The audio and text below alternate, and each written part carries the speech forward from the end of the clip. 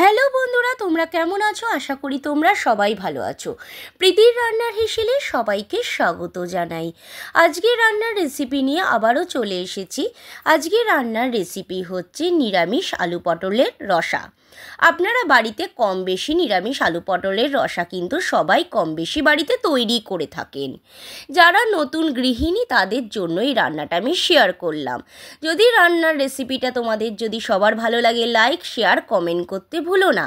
যারা আমার চ্যানেলটাকে এখনও সাবস্ক্রাইব করোনি তারা প্লিজ আমার চ্যানেলটাকে সাবস্ক্রাইব করে দিও।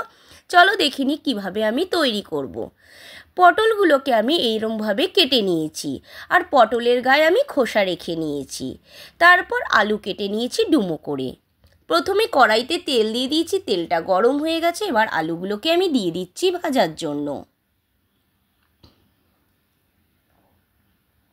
তারপর দিয়ে দিচ্ছি পরিমাণ মতন নুন, দিয়ে ভালো করে আমি নাড়িয়ে চাড়িয়ে ভেজে নিচ্ছি।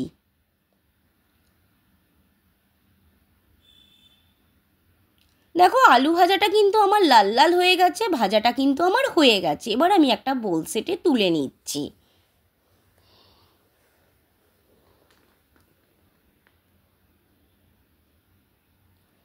তারপরে কেটে রাখা পটলগুলোকে দিয়ে দিচ্ছি।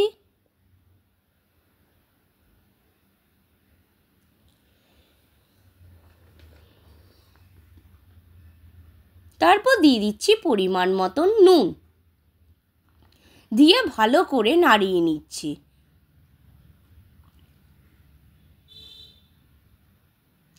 পটলটাকে কিন্তু আমার ভালোভাবে ভাজতে হবে। পটলের ভেতরেই যেন জল না থাকে। জল থাকলে কিন্তু হবে রান্নাটা যতই আপনি ভালোভাবে রান্না করবেন না কেন, কিন্তু খেতে পাংশা লাগবে। আমি দেখো পটলটা কিন্তু ভালোভাবে ভেজে নিয়েছি লাল লাল করে। পটল ভাজা কিন্তু আমার কমপ্লিট হয়ে গেছে। এবার আমি একটা বোল সেটে তুলে নিচ্ছি।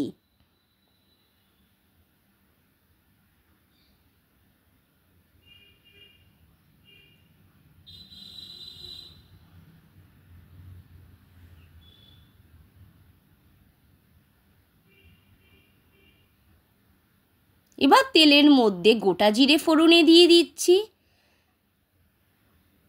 তারপরে দিয়ে দিচ্ছি শুকনো লঙ্কা, তেজপাতা, এলাচ, দারচিনি, লবঙ্গ। তারপরে দিয়ে দিচ্ছি গ্রেট করে রাখা টমেটো কুচি। তারপরে দিয়ে দিচ্ছি গ্রেট করা আদা কুচি।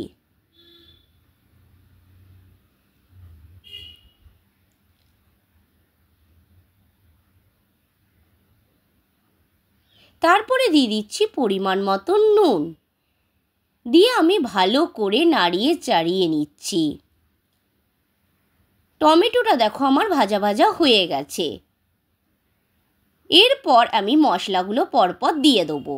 প্রথমেই দিয়ে দিচ্ছি লঙ্কার গুঁড়ো, তারপরে দিয়ে দিচ্ছি জিরের গুঁড়ো, তারপরে দিয়ে দিচ্ছি হলুদ গুঁড়ো, দিয়ে ভালো করে আমি কষিয়ে নেব মশলাটা। দেখো মশলার থেকে কিন্তু আমার তেল বেরোতে শুরু করে দিয়েছে। তারপরে দিয়ে দিচ্ছি পরিমাণ মতন জল।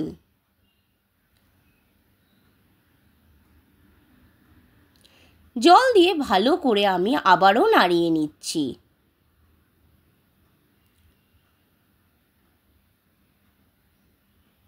দেখো ঝোলটা আমার ফুটে গেলে আমি পটল আলু ভাজাটা দিয়ে দিচ্ছি, দিয়ে ভালো করে আবারও নাড়িয়ে নিচ্ছি।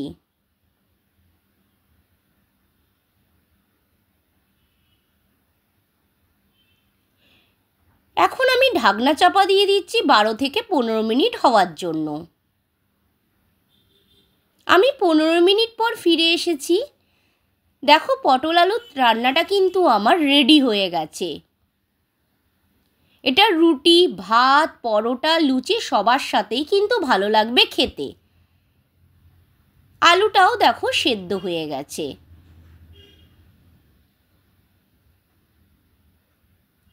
এবার আমি রান্নার গ্যাসটা অফ করে দিচ্ছি। তোমাদের রান্নার রেসিপিটা যদি ভালো লাগে কমেন্টে আমাকে জানাতে ভুলো না কিন্তু বন্ধুরা।